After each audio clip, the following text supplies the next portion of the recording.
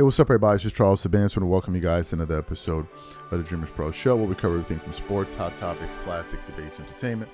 We'll give you guys a fresh perspective on things and how we see them. And today we got another interesting show for you guys. Before we get into it, please make sure you like the video and sub to the channel. And be sure to follow me on Instagram. My handle is CTABANZ. So let's get into this topic here. So there are a lot of things going on right now. One of the biggest things is this recent list that Bleacher Report put out, where a lot of people have just been trashing them all over the internet, and rightfully so. Right, rightfully so. It was a pretty bad list.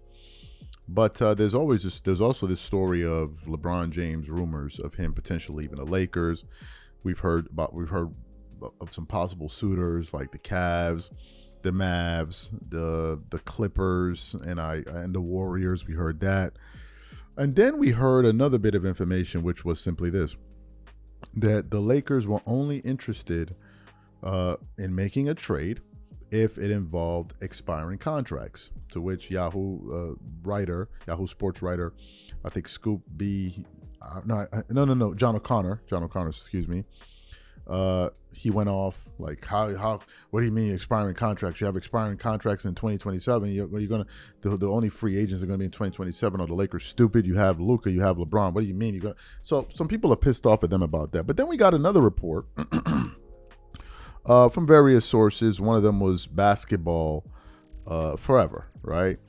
And these reports were centered on the news about LeBron James apparently being frustrated with the Lakers, and the Lakers, Rob Pelinka and them, but the Lakers in general, just to kind of make it clear, of the lack of clarity from the organization ever since the Russell Westbrook trade. It says, on LeBron James' side, there's real frustration over the Lakers' lack of direction since the Russell Westbrook trade. The whole thing has become pretty awkward, and yet the reality is they're both better off with each other. There is no trade the Lakers would make that would give James a better chance at a title than he has playing with Doncic via Anthony Irwin, right? So first things first, picked up this story yesterday that features Nick Wright, Chris Broussard, and Kevin Wiles. So they picked up this story to discuss it. And if you know anything about Nick Wright, he usually is going to twerk it up for LeBron whatever chance he gets. Now, Chris Broussard, who is also represented by Clutch Sports, he's not one of those guys that buys into the nonsense. He believes that LeBron, for example, is the second greatest player of all time, but he doesn't go as far as Nick Wright. And he calls out some of the things and narratives that have always surrounded LeBron, like one of them, which is he always needs help. LeBron always needs help. He doesn't have enough help. Can you get him more help? So when they were reacting to this news, Chris Broussard basically called out this report like, bro, do you want a perfect team? Like, I'm confused. You always want to have this perfect team, and that's just not going to be the case in basketball. Sometimes you got to work with the cards that you're dealt. And I'm like, thank you. Thank you, Chris, for stating the obvious. But before we even get into his comments, today's video is brought to you by our sponsor, Game Time. One of the things I love the most is making unforgettable memories with family and friends. And one of the things I hate the most is overpaying for tickets only to find out that there was a better deal out there. That's one of the reasons I started using Game Time. Game Time is the easy go-to app for last-minute tickets to sports, concert, and theater events across 60+ states in the US and Canada. Game Time saves me time, money, and stress by curating only the best deals, so I'm not wasting a whole bunch of time scrolling through overpriced tickets. Game Time Picks is my favorite tool. It highlights the best value seats instantly. No more guesswork, no more wasting time. For example, I'm really looking forward to watching some of these NBA Summer League games. Here's what I like to do. I choose between the cheapest deal, the great deal, or the amazing deal. Once you select the ticket you want, you can use their panoramic seat view to ensure you know exactly what you're getting before you buy. So take the guesswork out of buying tickets with Game Time. Download the app, create an account, and use code CLNS for $20 off your first purchase. Again, create an account and use redeem code CLNS for $20 off. And remember, whenever you support this sponsor, you're supporting this channel. Thank you. Okay, so what we want to do now is want to play exactly what Chris Broussard had to say yesterday on his show, and then we're going to come back and react to his comments. Take a listen to his comments here. There's real frustration over the Lakers' lack of direction since the Russell Westbrook trade, going back.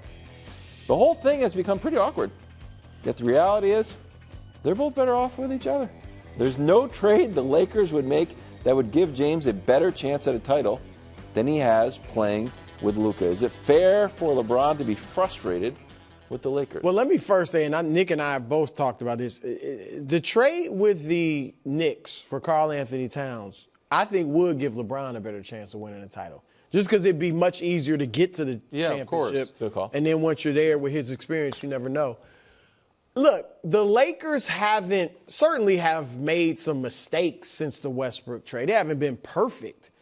But overall, I don't think he should be no more frustrated than Steph or Giannis or Jokic. He had Anthony Davis. He now has Luka Doncic, and I get it. Rob Pelinka didn't move heaven and earth to get Luka, but still, you got Luka Doncic, all right? Yeah. And Rui Hachimura, you can do a lot worse than him. Austin Reeves, people forget, he was undrafted.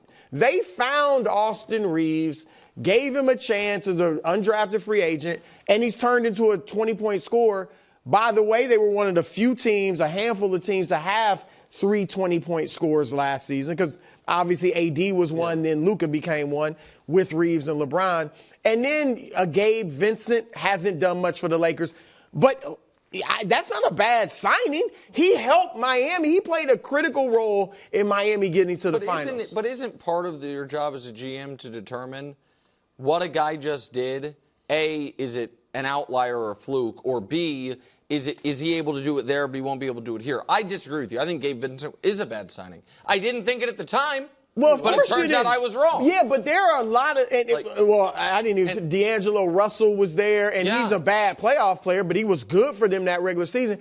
And here, you said something a week or two ago about in a 7-game series, generally, I think you said generally the team with the best player wins. Look at who the Lakers have lost to in the playoffs since the Westbrook trade.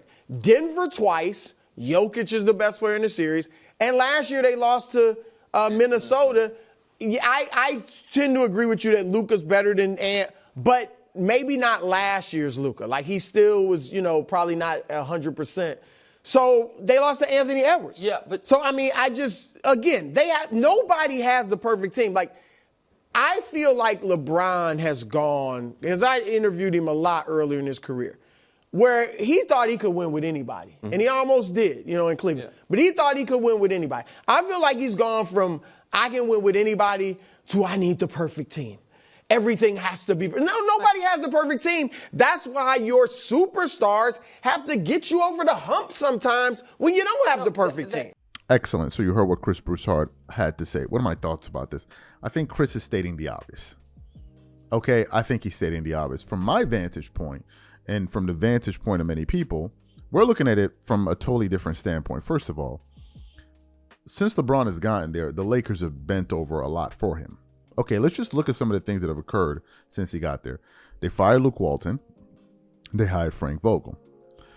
They got Anthony Davis. Now, some could say, well, he recruited him or whatever, but they traded away a lot of their younger talent to appease him. They got AD. They won a championship. They also acquired a lot of pieces for that championship run. They lost some of those pieces, but it happens. Prime example of this is KCP. They lost him, but so did the Nuggets. They lost him too. It's the nature of the NBA.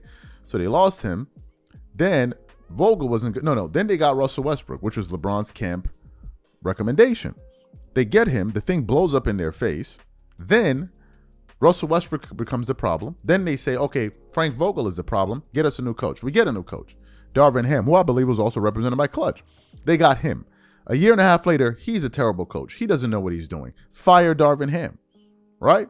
Then they go replace him with his podcast buddy in JJ Redick. They hire a podcaster as their coach. Then they get his son and they draft him as the 55th pick. He's on the roster.